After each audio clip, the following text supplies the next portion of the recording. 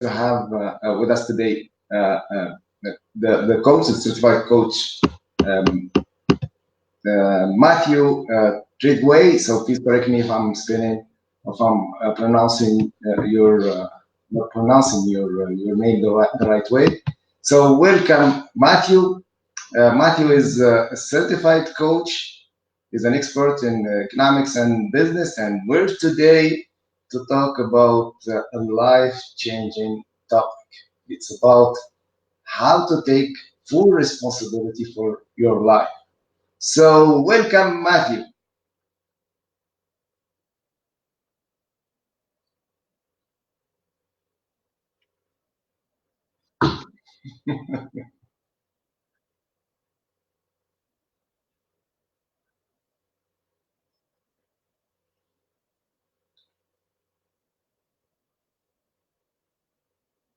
It's my pleasure.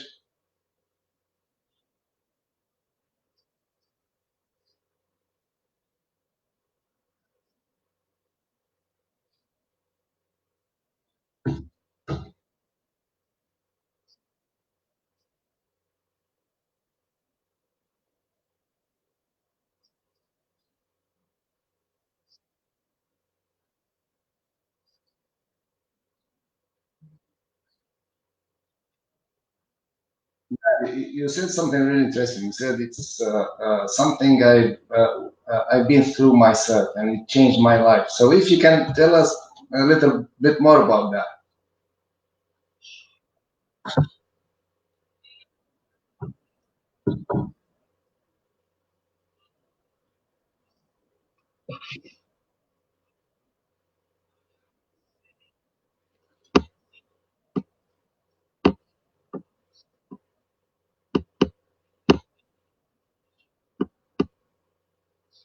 I first really got introduced to this when I was reading personal development books.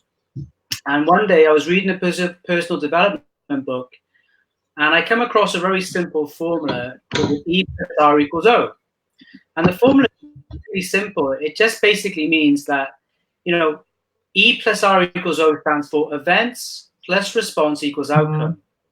And what it means is all the outcomes we experience in life, whether they're good outcomes or bad outcomes, are the direct result of how we responded to earlier events in our life. Now, if we don't like our outcomes, if we're not satisfied, let's say we're not making enough money, or we're a little bit overweight, or our relationships are not exactly ideal, we have two options. We can either blame the event, such as we can blame the bad economy, we can blame the government, we can blame our boss, our partners, and we can complain about that. That's one option. Or we can change our responses to produce different outcomes. And when I discovered this, it was almost like a light bulb moment for me. It was like something changed. I very quickly saw a very simple concept and how I had power to change my responses, to change my outcomes. Because for me, my biggest issue in my life has been my relationship with my dad, and that's been the source of all my issues, all my problems since my mid-teens. And I've tried my best. I've tried therapy. I've tried hypnotherapy. I've tried cognitive behavioral therapy. I'm not belittling those things. It just didn't work for me. What worked was coaching. And this concept come from a coaching kind of book. So what I did when I discovered this principle is I tested it out. I started to change my responses. The first thing I did was I gave up blaming my dad. I actually chose to forgive him. So I changed my responses. One of my inspirations is Nelson Mandela. And I read his autobiography, and he has a quote which I have memorized, which has been so inspiring for me. And he said once, quote, resentment's like drinking poison and hoping it'll kill your enemies. Now, if Nelson Mandela can forgive his captors after 27 years in jail, then maybe possibly I could forgive my father for what he did when I was growing up. So I chose to forgive him. And that was a choice. I had the power to do that myself. I didn't need anyone else to do that. That was within my power, my full control. I also started talking to him again. And that was, again, a co-agreement between me and my father. So that was a new response. And I also kept going with the personal development. I learned more about how the mind really works and how, you know, all these feelings of anger, resentment, they're not caused by other people and circumstances. They're caused by my own thinking about other people and circumstances. And the more I read and learned and tested that out and really saw the truth in that, all these kind of factors, all these different responses which came from me, my control, they all produced a different outcome. Now I have a great relationship with my dad. We speak every week. And my life's completely turned around. And it's all because I took full responsibility. I gave up all blaming and complaining. Because what I used to do was give my power away. I used to say, if only I had a good dad, my life would be better. And that's really acting like a victim. That's like saying other people and circumstances are responsible for my happiness. That's giving my power away. So when I come across that simple concept in, I think it was 2016, that was life-changing. And that was the beginning of my transition from school teaching into life coaching and training, because it was so powerful. I wanted to go out and share this work with other people because it's completely turned my life around. Wow, amazing, amazing. So I can spot many you're using actually, judging with many powerful words. I used many times. That was my choice. I chose to do it. Things under my control. You're actually using powerful words. But before coming to that, again, the formula for people to actually get into that formula and understand it more. So what is that equation you're talking about? Yeah, it's really simple. So you just start off with E. E stands for events, plus or add R, which stands for response, equals O, outcome. So let me give you another example.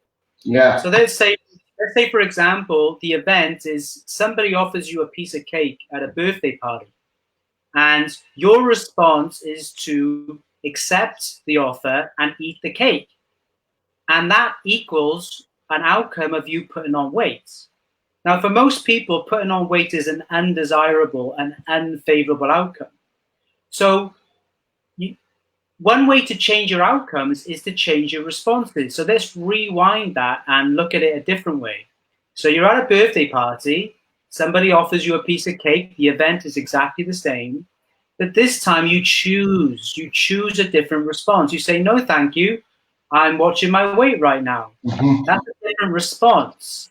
And this time you've created a different outcome. Your weight stays the same, or maybe it's gone down a little. And for most people, that's favorable. So by changing your response to the same to the same event, you've created a different outcome. So E plus R equals O, the outcome. So another example, maybe someone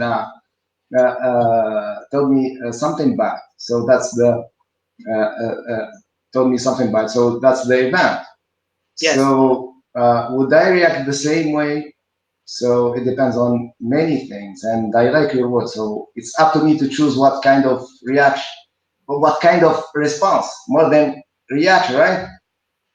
Exactly. Yeah. So yeah, absolutely. And I'll give you another example. This is a true example. So I live in Hong Kong. I've been living in Hong Kong for 9.5 years now. I consider it my home.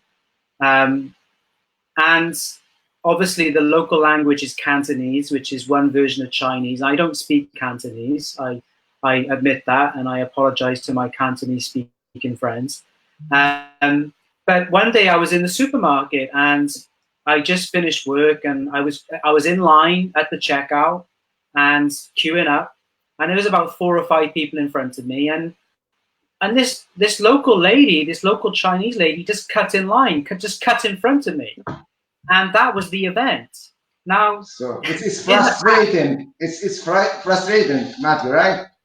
Yes, exactly. So, I mean, my natural, my initial reaction was to be really angry with that. I was saying, excuse me, what are you doing? Get in line. You know, I'm next.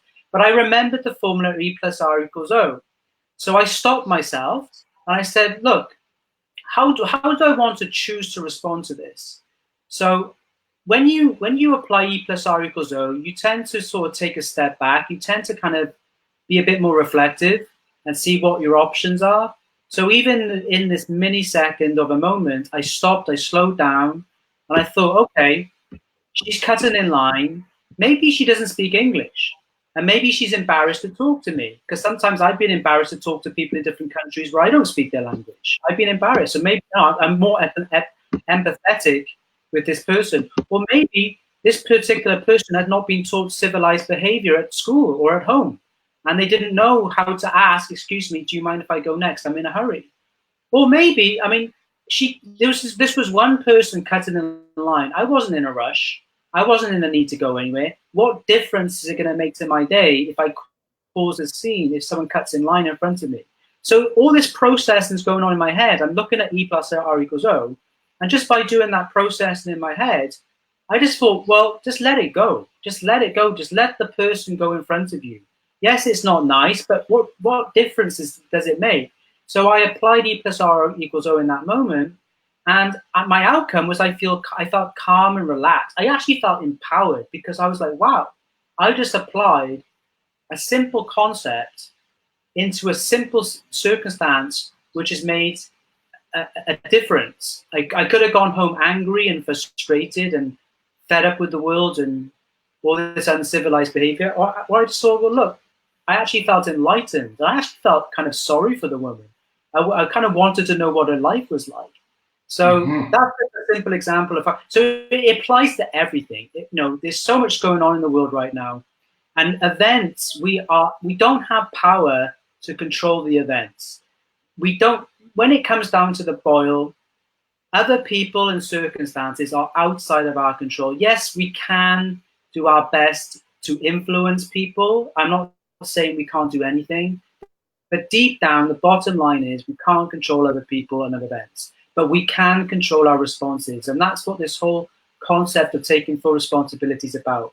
We have control over our thoughts, we have controls over our images we look in our minds, and we have control over our behavior. And we also have control over our attitude, and that's the final choice. So this concept is, for me, is life-changing because it's so simple and you can apply it to anything. Okay, great. So the formula is like this. So it's E, the event, R is your response, and O is the outcome. And we cannot change the event. So things happen to us. And it's up to us to actually look at these things and decide what to do with them. So it's either being positive or negative, and that's the way we change the outcome.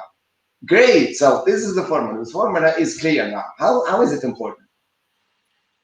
Well, it's important because it affects how you live your life. I mean, again, there's another distinction I use. We can either be creators or we can be reactors. So this is another distinction I like to use. So let's start with reactors. So reactors tend to react to other people and circumstances. And that usually, doesn't always, but that usually causes negative feelings, and then they react to those negative feelings and they study those feelings, and this just kind of causes stress and unhappiness. So that's kind of reacting. Or you can create. Now when you create, you're looking to create relationships with other people, and you're looking to create ways to serve them. So there's like simple ways of being. This is all about who do you want to be. Do you want to be someone who is relying on other people and events and circumstances to influence your happiness? Or are you a person who wants to choose how you want to be and how you want to respond to any circumstance and other people? It's really a simple choice. And for me, even though I've always, if I discovered this when I was young, fantastic. Maybe I wasn't ready. I truly believe things happen when they happen at the right moment and at the right time. So it took me to my mid-30s to discover this. Like if I had known this earlier and I would have seen it, I would have loved to have applied it earlier, and I would have saved a lot of time. But maybe life is teaching me a lesson here. But I think it's very important. But at the end of the day, guys, people have to see it for themselves. People have to choose to, because at the end of the day, it's just a belief. And it's something which I say to people, look, test it out. If you're open to it, go out into the world and test this out for yourself and see what results you get. If you like the results, fantastic. Go, continue. If you think this formula is a waste of time and it doesn't make any sense to you, and that's fine too. It's your choice. Again, it's your responsibility. So I think that you touched something deep. So you said it's about your identity, it's about your self-image. So it's either you give it away to others to shape it, or you take control over. So you do it yourself. So you choose who you'd like to be and how you'd like to live. And this way you move from reaction to response. So being always equal to that self ideal image you have about yourself, and you feel confident, you feel empowered, and that's really very powerful. Let's get this, and it actually reminded me of that powerful concept, which is the internal versus the external locus of control. When you feel in control, you feel happy, and you achieve that. So let us break down this concept into the different areas of life. So do our does our concept, the concept we're talking about today, applies to moms and their houses, to their homes, to a new graduate who's actually looking to propel his career. So where this concept actually applies, in one field or everywhere? Well, I believe it applies to everyone. It doesn't matter if you're a single mom. It doesn't matter if you're happily married. If you're successful, who's addicted to alcohol and drugs. If you're homeless, I truly believe this concept is so simple and it applies to the human race. So it doesn't matter which nationality, which ethnic background you have, which country you live in, which language you speak. It really is universal. And I just want to say one thing. So one of my mentors is Jack Canfield, and he wrote a book with two other authors called The Power of Focus. And in that book, they studied 2,000 they studied 2,000 people from all walks of life, different professions, from all over the world, different nationalities. And they wanted to find out what separated the super successful people from the people which weren't so successful. And what they discovered is there was three distinct differences. So the first difference was the super successful people had an unusual clarity. They knew what their purpose was. They had a mission. They had a clear vision of what they wanted to be, do, and have in the future. They had goals, and they knew exactly what they were. They were really clear on what they wanted. The second thing is they had disciplines for success. They took action. They asked for feedback. They were resilient. They were persistent. They never gave up. The third point was they were action-oriented, and they took full responsibility for their results. So there you go. In this survey of 2,000 people from all over the world, what these three authors discovered was a key difference between the super successful people, and we're talking about all types of people here, females, males, young, old, rich, poor, etc. What separated them from the people which weren't successful? One of the key differences was that the super successful people took full responsibility for their results. So wow. I believe it's a huge concept, which it doesn't get taught that well in schools. I used to be a school teacher, and I never got taught this in when I was growing up. I've worked in companies before I became a teacher. I worked in the financial industry. I worked in hospitality and tourism. I don't remember it coming up there. I only discovered this through coaching. And that was in my mid-30s. So now I do workshops, I teach this concept, and it's an uncomfortable concept because it kind of wakes people up. It woke me up. I realized for most of my life, I've been giving my power away by blaming and complaining about my dad. And when I realized that, whoa, I can change my responses to change my outcomes, suddenly I had my power back, but it was uncomfortable. It was a big shift, but it's powerful. So I think anyone can use this.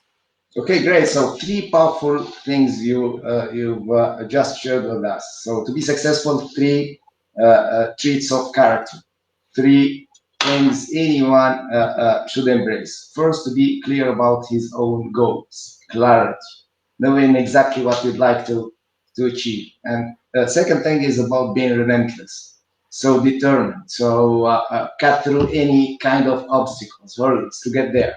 And the third thing is powerful also, which is being action oriented and do not just be contented with finding excuses and blaming the other. And so it's not my fault. It's the economy. It's my family. It's my lack of resources. It's luck. It's luck. I'm not lucky.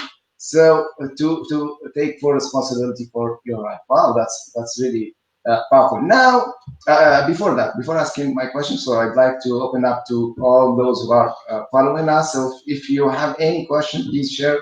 So I'll be pleased to share your question with Matthew. So now, yeah, so it's important. Now I think everyone here is aware of the importance of that concept. So it's not it's stop living as a victim and start living as someone he's on top of his life. He's actually doing whatever in his possibility to achieve that big dream he has, and that really ideal, self-ideal image he has of himself. Now it's important. So it's about happiness. It's not.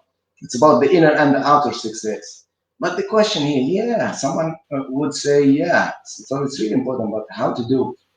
I will always fall in that trap of feeling bad about myself, feeling sorry, and just blaming the others just to get relief. Just to get it out, that bad feeling. So, what would you say in this situation? So the question was, you have the So whenever about how to apply, this concept. well, it's a practice. Everything's a practice. It's just like how do you learn to cycle? You get on a bike and you test it out and you practice and you get better, and before long you don't need to have the stabilizers. You can cycle by yourself. How do you learn how to speak a language? You pick up a book and you start speaking and you start listening to a language. You start experimenting with it. So with this concept, the awareness is not enough. Having an awareness, an insight is fantastic. It's life-changing, but it's not life-changing unless you apply it. So you've got to go out into the world and start testing this stuff out for yourself. For example, so when I read it in the book and I had that light bulb moment, it was like, wow, that's an insight. But I had to go out there and apply it to see the results. So I went out there and I did change my responses. And it was uncomfortable and it was new and it was fresh. And I didn't know what the outcome was going to be. But it has worked. And again, the formula is E plus R equals O. So your new response may not produce the outcome that you want, but you can change your responses. You can just keep changing your responses. So it's like an experiment. It's like, the guy who invented the light bulb, I forgot his name, it took him 1,000 attempts, I think, to get the light bulb. So he had a quote which says, I didn't fail. Thomas Edison, I guess. Yeah, that's it. Thomas Edison, that's right. So Thomas Edison didn't say I had 1,000 failures. He just had 1,000 ways he learned which it didn't work. So, this is what this whole concept. See, a lot of people in the world, they give up too easily. They want success too easily. They've been misled by books and clever marketing and videos and movies that say success is too easy to achieve. And they might take a few actions, and they're like, well, I didn't get the Ferrari, I didn't get the promotion, I'm not a millionaire, and it doesn't work. And if you want to create anything worthwhile in your life, it involves taking action. And action it takes energy, it takes time, it takes commitment, and sometimes it takes a bit of failure too. And what a lot of people do is they give up too easily. So, for me, I was such a low point with my relationship with my father. I think anything I would have done differently would have helped. But it's just a case of just playing with it and just taking it out there and see how it works. I would recommend just doing something simple with it. For example, like maybe you have your relationship with someone is not fantastic right now. Let's say you work in a company, and there might be someone at work which kind of irritates you, or maybe treats you bad, or you feel a bit unfairly. You get something uncomfortable. Is there a way you could be different about that? Could you change your responses? Could you change the way you think about that person? Could you kind of think, well, okay, what's their life like? What's making them act this way towards me? And these kind of questions can make you think, well, maybe they're going through a rough time right now. Or is there a way I can just ignore this and just think, well, look, this person's got an issue with me. I don't have an issue with them. If they want to make a scene out of this, I can just ignore it. And this, again, that might work. It may not work, but it's applying the concept of changing your responses to see different outcomes. So I think that's what you got to do with this. It's not going to happen on its own. You've got to apply these insights. You've got to go and see if they really work or not. Yeah. So while you're talking, many ideas are crossing my mind. You just reminded me of the ACCA approach of changing any kind of behavior. So it's a behavior. So here we're speaking about changing your own attitude. And when speaking about attitude, we speak about first awareness, then comprehension, conviction, and then action. So we start with awareness, and what we're doing is really very super powerful because we're raising people's awareness around this equation, this formula, this topic, and that's the beginning. And then they can understand how it works. They get convinced to change, and then start acting. Because without action, nothing happens, right? Absolutely, yeah. I do have this quote which I don't have memorized. It's really long, but anytime I do a workshop or whenever I'm working in a one-on-one coaching session, and in fact, I read it often myself just to remind me. It's from Werner Eckhart, who basically invented coaching back in the 70s.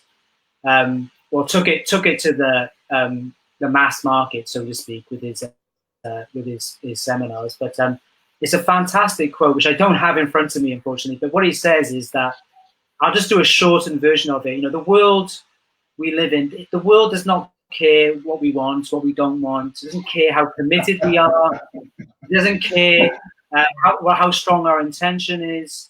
Yeah. The world only cares about, the world only changes when we act. And he says, go and see that for yourself. And it's so true. So, I love reading. I'm constant. For the last 3-4 years, I've been reading personal development book after personal development book. Every time I read a book, 4 more land on my desk because I just want to know everything. But that's just information. And information is fantastic. It's really useful. But unless I go out there and use the information and apply it in my life and in my relationships with people, then I'm not going to see any differences made. So it's really important to take action. Yeah, and that's when most people slip up, because action can be uncomfortable, especially if it means doing things which are unfamiliar. Yeah. It also involves work and commitment, and it involves some dedication. And as I said before, a lot of the time it involves making mistakes, and that's really how we learn. We learn by making mistakes. So you've got to be a little bit more comfortable to be uncomfortable, and to be a bit kind of forgiving with yourself and say, look, I'm learning here, and it's okay to mess up. And yeah, that's what it's really about. So it's something out of their comfort zone. So it's something new. So and we need somehow to challenge ourselves and get out of the comfort zone and mess up, make mistakes, and then start learning and growing.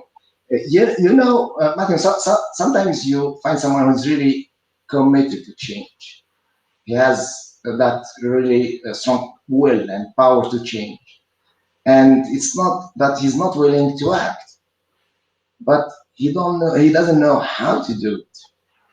So where to start from to change my attitude?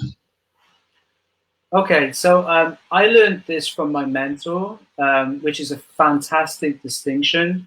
So a lot of people, when they get caught up in this confusion over, I don't know how to do something, I don't know how to lose weight, I don't know how to negotiate, I don't know how to sell. All this how to, I don't know how to. But what's really missing is the want to. That's what's missing, because That's funny. That's very yeah, funny. because if your want to was strong enough, you would find the how to. So, for example, Yeah.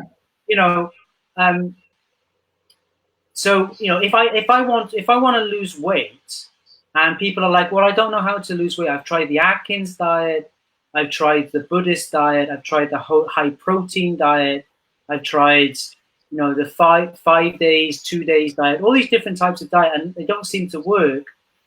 And and they're kind of saying, well, I don't know how to do it. But that's not really true. What's missing is that their want to is not strong enough.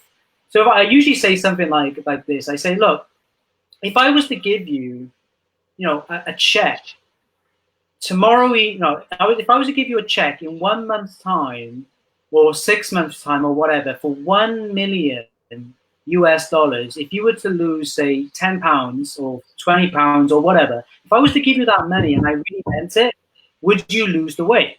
And they'd be like, well, yeah, of course I'll lose the weight. And I'd be like, well, why would you lose the weight? Because you're going to give me $1 million.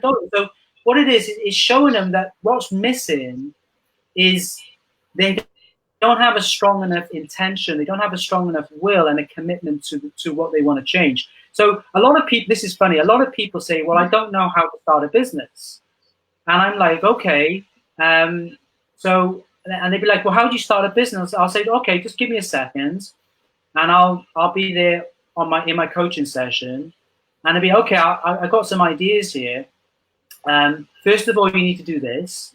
You need to do that. And they're like, how do you know all this stuff? I just said I just typed it into Google, So like all the information, all the how-to is out there. It's already been done.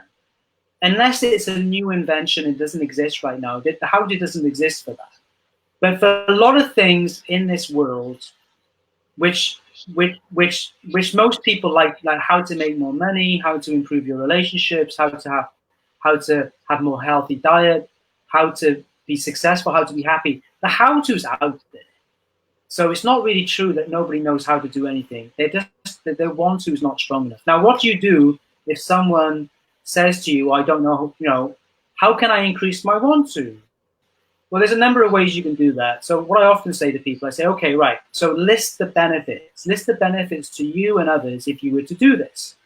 And that's a good way to really get people to tap into, all right, if I was to lose weight, who would benefit? How would I benefit? How would my family, how would my children, how would my network benefit from me losing weight? And they get that list out, spend lots of time on that. The longer that list and the more deeper you go with that, then what you're doing is you're opening people's minds to the possibilities of the benefits of doing this, and that might improve their intention. But sometimes the question is, if I was to give you, and if I really meant it, if I had $1 million in cash, tax-free, by the end of this month, if you were to run a 10K race and you never run in your life before, would you take on the challenge? You'd be like, yeah, sure, no problem. So what's not really true is it's not the how-to that's missing, it's the want-to. Yeah, so it's about motivation, you said, and because we can see the benefit of it, so we do not get motivated. But what about someone who is really motivated and is kind of fearful? He feels a lot of, he's overwhelmed, chained with fear. So what would you say to this guy? Well, first of all, I think we can all relate to it. We all have fears. I have fears. Yeah. It's a human condition. There's nothing wrong with it. It's completely natural. But we got to realize what is rational and irrational fear. So, going back hundreds of years when we were primitive beings and we were out there in the woods and in the jungles, and there was a We're saber-toothed wired that tiger. way. Yeah, I mean, that's good fear. That's fear saying to be alert. You could be in danger, and that's fear. Do something. Act. Yes, yeah, hide or run away or find a stick to fight the tiger with. But a lot of the fears we have today are irrational. So a lot of people fear losing their job, or fear breaking up with their wife or their husband or their partner, or they fear losing their money or whatever. I mean, these are the typical fears we have. And I'm not saying they're not meant to be felt. They are meant to be felt. No feeling is wrong. But what these fears all come from thoughts. So what we need to do is we really need to slow down, and we need to look at the thoughts behind the fears. So, and when we do that, and when we slow down, we start to look at them, we start to question them, we really see that a lot of these thoughts are not really true, or they've been exaggerated. And when we really look at the big picture, a lot of the fear is made up. It's imagined in our minds, because fear is basically a fear of the future, a negative outcome. So we're imagining a negative outcome that's not really occurring. It's not true. It's virtual reality in our minds. So, I mean, the most how can I say, the most conscious teachers and coaches in the world, that the Byron Katie's of the world, they're just absolute geniuses, experts in this work. So I recommend that people, if they have real deep fears about the economy or the world as it is, to really kind of go and study those kind of teachers, because they're just absolutely fantastic with this. They really look into where it all comes from, and a lot of it is just made up with our own thoughts. And these thoughts are, because they're just fleeting. They're not necessarily true. We don't have to attach to them. And I mean, another example I like to use when I talk about fear is there was a study once done by Cornell University in America, and in their sample size, 85% of what people worried about never come true. Yeah. All right. So, that's almost 9 out of 10 people. What they feared happening didn't come true. So most of the time, what we fear false evidence appearing true. Yeah, exactly. And also the 15%, which the fear did come true. And I think something like 80% of that 15%, they actually handled the fear better than they expected. So the fear was manageable, which leaves a very small percentage, I think it's like 3%, where the fear may have happened and it may have been uncomfortable. So what that study did is it just shows that we really kind of blow fear out of proportion. But I think the first thing we need to do is get help. If you're having fears and you're really struggling with it and you're finding it difficult to cope, go out there and talk to people, especially people who are trained and skilled in this particular work. So coaches are very good at it, because if coaching is all about creating the future, and obviously when we're creating the future and we want to create a bigger and better future for ourselves, it can feel a bit uncomfortable, and fear is going to come up. So coaches are very good people to talk to about this. They've often had fears themselves, and they can relate to where you're coming from. And sometimes just talking it over can be helpful, because you're getting it off your chest, and you kind of feel like, well, maybe just talking about it is helpful. But if you really want to go deeper with it, I really recommend Byron Katie. She's been very influential for me. I love her books. I've been to her school in America. She's really world-class in this kind of work. So, but there's plenty of other... Again, please, the book, Matthew. The book, well, Byron Katie's got several books, but the book I first read from Byron Katie was Loving What Is, by Byron Katie. You can find that on Amazon. or if you just did a Google search, you'd find that. She's got other books. Another great book by Byron Katie is Who Would You Be Without Your Story? That's a fantastic book, and it's just, all it is just her coaching people. And the book is just now, it's just a script of those coaching sessions.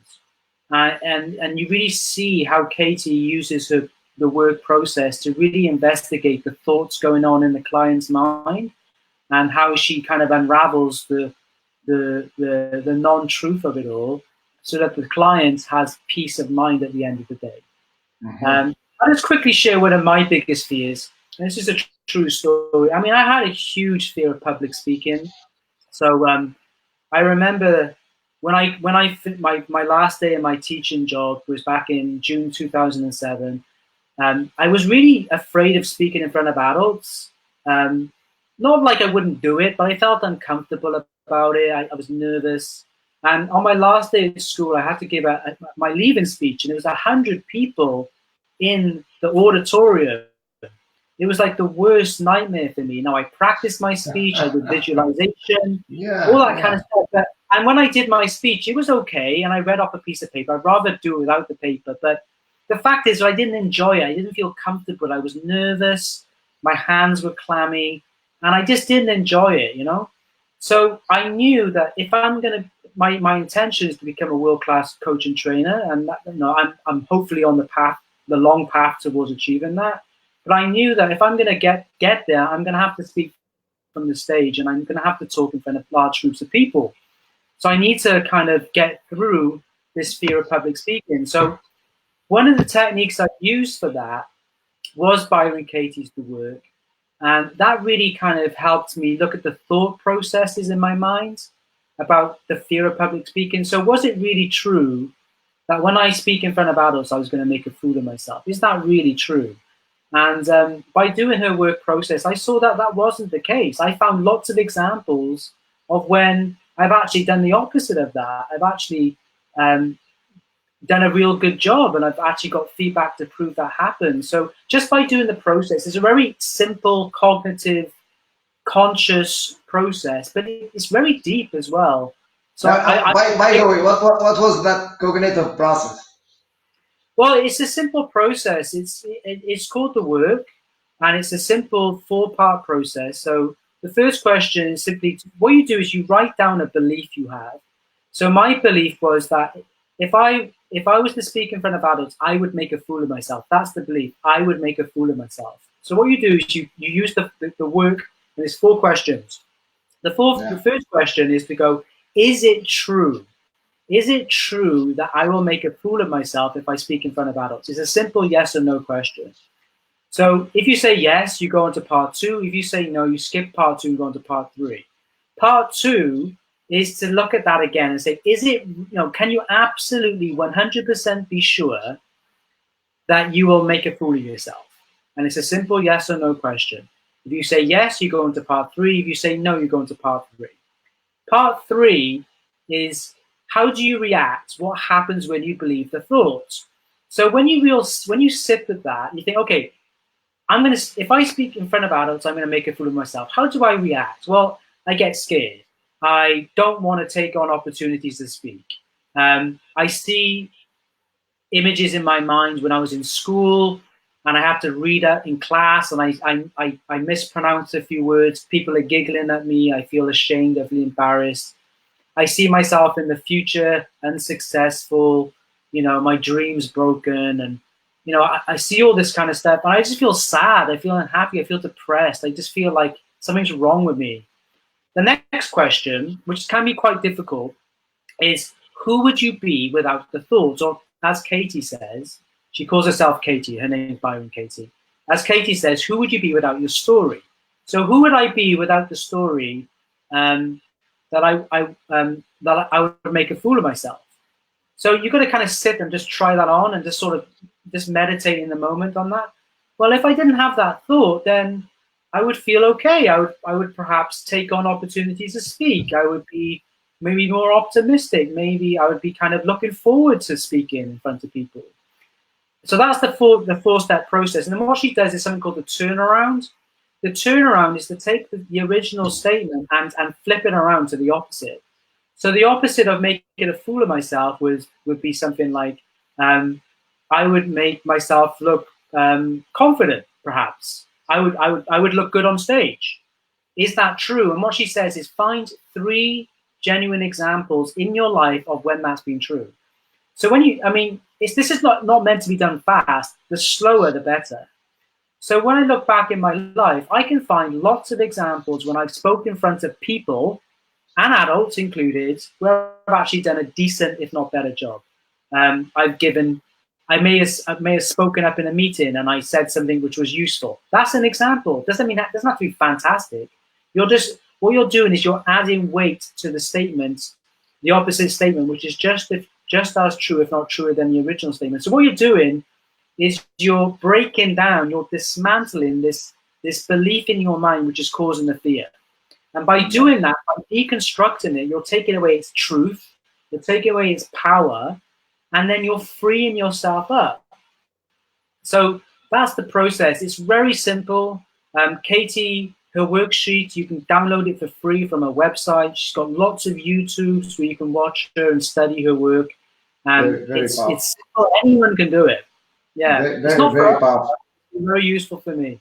Yeah. So to change one's attitude, we start by changing one's self-talk.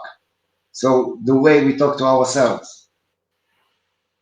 Yeah, I mean, so I think attitude is, yeah, absolutely. I mean, everything comes from thoughts.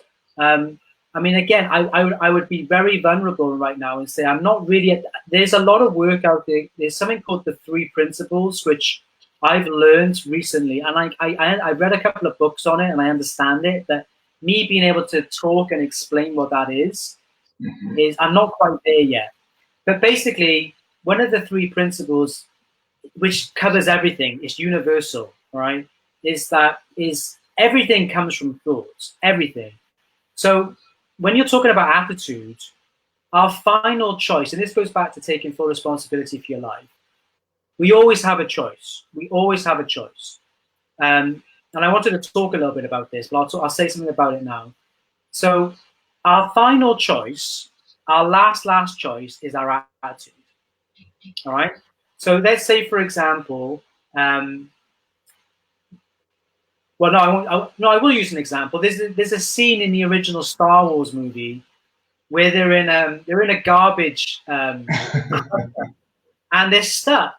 And let's imagine you're in that place and the walls are coming in, all right? And eventually the ceiling's going to come down. The walls on either side are going to come. We're going to die. But what can you do? But you notice there's 2 holes in the ground. And there's 2 holes in the ground, and let's say you're 6 feet tall, all right? And you're 5'11". And each hole in the ground is 6 feet tall, and you've got 2 options. And now one of the holes in the ground is full of sewage, all right? And it's full of sewage to the top. Now, if you were to jump in that hole, the law of displacement means that you would jump in, some of the sewage would come out, but it would be up to the top of your head, and you would not be able to breathe and you would die. So that's one option. The other option is there's a hole and it's 6 feet deep, but it's only got 4 feet of sewage in it. So if you jump in this one, the sewage would go up, but you would be able to breathe. All right. So obviously, most people, which one would they choose? They would choose to jump in the hole with the one which they would be able to survive and breathe. Yeah, the second one. Now, so you're in this, you jump in the hole, the walls close in, the ceiling comes down, and you're in this hole, and you got this sewage up to your neck, up to your mouth, and it smells and it's horrible. And then the final decision then is your attitude. You might say, okay, well, it's horrible in here. I hate this. This is disgusting. That's one choice. Or you could say, hey, I'm alive. I made the best choice and I'm alive. So your last choice is your attitude. And the best example I know for this is Viktor Frankl. Viktor Frankl was an Austrian Jew, and he was in a prisoner of war in the Nazi concentration camps in World War II. Yeah. He was a psychologist, and he was a prisoner of war. And what he discovered when he was in the Nazi concentration Powerful, camps. very powerful. Yeah, it was the people who gave up, the people who just didn't see any future for themselves. They most of them died. They died through illness. They died through hunger. They died because their bodies and their minds gave up. But the ones which chose to remain hopeful, the ones which chose to be optimistic and think one day this will be over. One day I want to see my wife. One day I want to, I want to get out of this place and do something with the rest of my life. Those people invariably survived, and he was one of them. So it's a really powerful story. His name is Viktor Frankl, and the book is called Man's Search for Meaning, I think it is. Yeah. Man's Search for Meaning. Yeah, and he came up with a wonderful formula, by the way. It looks like the one. It resembles the Jack-Field formula. So for him, it's the space between the stimulus and the response, so the reaction. So we need to keep that space wide so we can find time to digest, to reprocess the things, and just shift our perspective. And coaching is about shifting our perspective. Absolutely. Yeah, absolutely. Yeah, and actually, what if I tell you? So this rethinking the process, this cognitive shifting process, starts with the way we see things. So what if it's our perception that leads us to one way or another of looking at things, whether they are looks and appear positive or negative. So when we see them as positive things, so here we will accept them, and we will feel better about ourselves, and then we get that positive attitude, and we can lean toward them. So, and the opposite is true. So it starts with perception, right? Yeah, absolutely. Yeah. So another distinction I like to talk about is perception versus circumstance. So it's all about perception, how you see things, and this is why coaching is so useful, because often when you're a client, and I have a coach, I think coaching's been fundamentally it's been revolutionary for me. Like when you have a coach working with you and you have a problem or a challenge and you're talking about that, the coach doesn't have the emotional baggage of what's going on in your world. So they often see it differently. They have a different line of perception. And when they offer that to you in a compassionate and honest and open way, it opens up your perception to seeing things differently. So yeah, I think perception it's all about perception. So for example, there's a quote out there, I'm not sure who it's by, and it's a great quote because it says, rain has no meaning. Because a lot of people, when they see rain, they think rain is bad. It's not a nice thing. It's gloomy. It's unhappy. Sad. It's sad. Yeah, but rain, so for some people who live in perhaps in places where they don't get a lot of rain, rain could be the best thing on earth. Yes, I can tell. They see rain, they see, this is fantastic. This is Right. like this is coming from the heavens. This is coming from God, and this is just like exactly what we need for our crops, for our animals. And even they celebrate. Exactly, but for other people, they might see rain as a curse, as a burden, as something which is just another event or circumstance which is making their lives just unhappy. So rain has no meaning. It's just your perception of the rain which determines how you interpret it and how you feel about it. Yeah.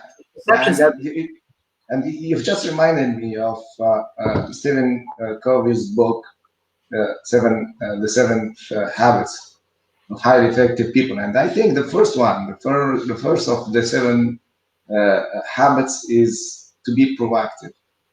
And being proactive is just about that. It's about looking at the positive sides of things. So it's about changing our perspective. It's about moving away from blaming to accept full responsibility for the things we're facing. And it just us back to our topic today, which is taking full responsibility. So the way to success starts with taking full responsibility for yourself. So it's moving away from victimizing. It's feeling that whatever hardship of life you're facing right now, it's kind of life is kind of a game, and these are the cards you've been dealt with. So that's what you have in your hand, and the game becomes more funny when it is more challenging. So it's a matter of perspective. So I don't know whether we have any kind of comments, questions to share with our guest Matthew. So if not, so let's sum up. So we still have 5 minutes, and let's use these 5 minutes to sum up. So if we're talking about a roadmap, if we're talking about practical things, the ones who are following us and watching this webinar would, as a takeaway, would just start applying right away from after getting away from this webinar. So if you have things, bullet list points that you'd like to share with our viewers, so where to start from, what to do exactly to shift their perspective and move from being a victim to someone who is fully responsible for his life. Okay, I think the first thing is just to investigate the principle that if you want to study the statement, I take full responsibility for my happiness in life. Maybe you just want to write that down and look at it. I take full responsibility for my happiness in life. So write it down, put it somewhere where you can see at any moment, at any time. Yeah, just look at that statement. I'm fully responsible for my life. It's me. It's about me. Yeah, exactly. And then you might want to unpack that. What does that mean? What does it mean to be fully responsible? So it means that you have full control over your response to any situation. But what if my surroundings are not helping me?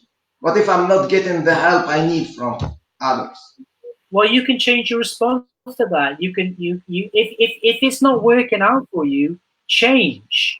So a lot of people, I mean, again, I'm living in Hong Kong. The economy is going down a little at the moment, and some people are complaining, well, the economy's bad, and I've lost my job, and I don't know what to do. And I said, well, what could you do about that? I mean, do you have to stay in Hong Kong? If I had, it's not a very good way to do it, but it wakes people up. If I had a gun to your head and I said, look, if you don't do anything, I'm going to shoot you, or if you. People see it, then they realize, oh yeah, I could probably change. I could probably go to a different country. I could do this. I could do that. So there's always options, okay? And again, if you have no options, you always can choose your attitude. If you are locked up in a cell and it's completely dark, it's solitary, it's horrible conditions, the last thing, no one can take your mind. No one can take your mind. You can always, you have to be really elevated on the levels of consciousness to be able to do that. It's very difficult for most people, but nobody can control your mind. This is the one thing which is totally yours, and you have control over how this biocomputer works. So it's all about first thing, Matthew. So I take full responsibility for my life. People are not helping me. I don't care. So the right question for me: what to do next? So I start asking the right questions. Exactly. So if something's not working out for you, ask yourself this question: how am I creating this, or how am I allowing this to happen? All right, they're very empowering questions. How am I creating this? How am I allowing this to happen? Because it brings it back to us. How are we creating this? And that So might open people. now I'm just provoking you to get the best out of you. Now I'm squeezing the best of you. Now I got the answers. Now I got the right answer. I should do this and that. What comes next? So what comes next is you've got to well, if you have any awarenesses, if there's things you can change, you see that, then you've got to go out there and make that happen. And that means taking some action. So nothing happens without taking action. So yes, if you feel a bit uncomfortable about that, if you feel a bit fearful about that, get some help. Because, you know, the most successful people in the world did not get to the top by themselves. They got help, a lot of help along the way. So if you see an action you feel a bit uncomfortable about and you know a bit scared, get a coach, get a consultant, get a mentor, invest in yourselves and make that happen, because it'll be worth it. The return on investment is proven with coaching. It's eightfold. So I mean, I invested a lot of my life savings in coaching. It's completely turned my life around, and I only get one life, so I'm really happy that I did take the uncomfortable decision to do that. So yeah, take the action. Yeah. Powerful. Change your actions, change your habits, change your destiny. Thank you, Matthew. So it was a great pleasure for us to have you on this live webinar. Thank you, and hope to get you again to talk about another topic. Thank you, and have a wonderful time. So it's there. It's late, I guess, there. So we kept you for later. Thank you for being with us, and see you in next webinar. So bye. Okay.